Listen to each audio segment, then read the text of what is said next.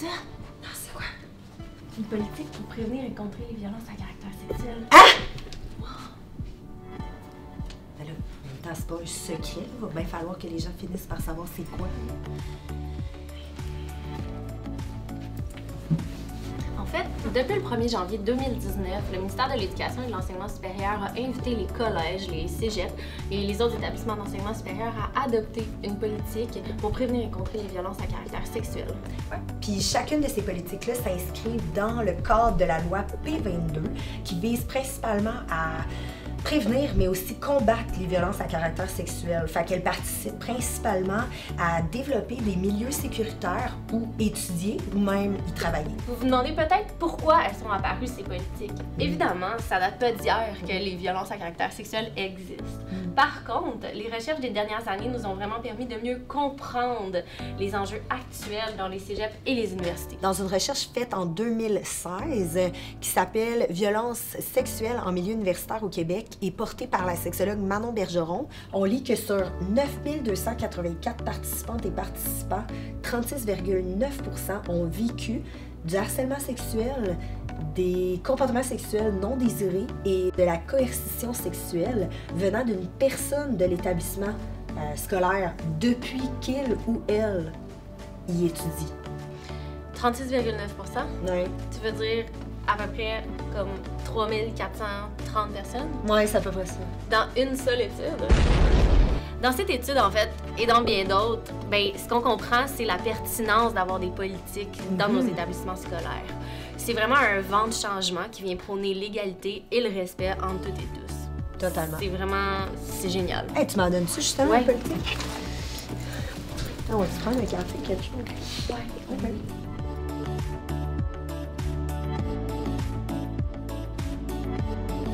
Le projet de loi numéro 151 prévoit la mise en œuvre de moyens de prévention, de sensibilisation, de responsabilisation, d'accompagnement et d'aide aux personnes.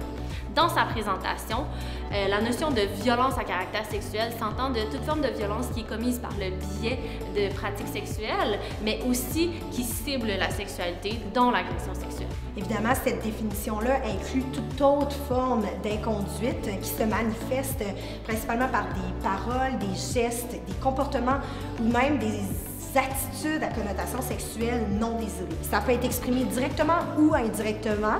Ça inclut le cyberespace. J'imagine qu'il ne vous reste plus qu'à prendre connaissance de votre nouvelle politique dans vos établissements scolaires. Elle existe, puis ben, elle est pleine de ressources incontournables si jamais vous avez besoin d'aide ou si jamais quelqu'un d'autre a besoin d'aide. Donc, consultez-la. Hey, je me demande ce que les cégepiennes et cégepiens savent de leur politique, puis aussi des violences à caractère sexuel. C'est vraiment une bonne question. Je pense que ça demande une investigation. D'après moi, il y a des jeunes ici. Ah, il y a des jeunes. Tu penses qu'ils doivent vouloir, hein? Salut tout le monde! Hey, excusez de vous déranger, je suis sexologue. On fait un vox pop pour parler de la nouvelle politique pour contrer les violences à caractère sexuel. En tout cas, c'est ça pour dire, serez-vous prête à répondre à nos questions? Qu'est-ce que c'est une violence à caractère sexuel selon toi? Dire quelque chose de violence sexuellement. Fait que, mettons, traiter quelqu'un de pute ou de cunt ou whatever comme ça, là, qui a rapport avec le sexe, ou ça peut être directement relié à une agression sexuelle. Moi, en fait, j'y inclurais, j'imagine, les violences de type psychologique. Donc, tout ce qui est harcèlement au niveau sexuel, de demander que ce soit des actions qui sont non désirées, de pousser lorsque c'est non. J'imagine aussi, si on y va au terme littéral, qu'il y aurait sûrement la violence physique à caractère sexuel. On parle, j'imagine, des attouchements non désirés, du viol. Qu'est-ce qui serait le plus aidant pour les étudiantes, les étudiants qui souhaiteraient signaler une situation de violence à caractère sexuel? Personnellement, je pense que ça partirait peut-être surtout de la communauté à l'intérieur de l'école. Je pense que c'est une question d'attitude surtout par rapport à la question. Mais c'est sûr que c'est plus confidentiel qu'autre chose. Donc, ça se ferait avec la direction, des affaires un peu plus officielles. C'est sûr que si on a vécu la violence sexuelle, c'est grave, il faut aller en parler. Puis je pense que l'éducation, c'est un bon point. Puis aussi l'accès. Je pense qu'on ne connaît pas assez c'est quoi les ressources qu'on a ici au cégep. Puis ça ferait du bien savoir on fait quoi dans ces cas-là. Qu'est-ce qu'une relation d'autorité? Pour moi, une relation d'autorité, ce serait une relation où une personne aurait une sorte de pouvoir sur l'autre, aurait une influence, quelque chose sur lequel il pourrait utiliser pour forcer l'autre ou plutôt suggérer à l'autre fortement de faire certaines actions qui lui tentent pas nécessairement. C'est quoi le harcèlement sexuel, selon vous? Moi, je trouve que dans notre génération, le harcèlement sexuel se passe souvent sur les réseaux sociaux.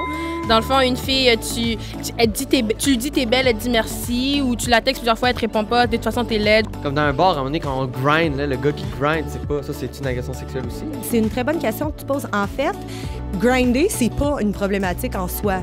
Toucher les fesses, c'est pas une problématique en soi. C'est quand c'est non désiré, comme tu l'as spécifié tout à l'heure. Qu'est-ce que c'est le consentement sexuel? Je pense que c'est lors d'une relation, d'un acte sexuel, que la personne dise oui. D'après moi, le consentement sexuel, c'est quand que deux personnes sont consentantes d'avoir une relation ou sinon des préliminaires.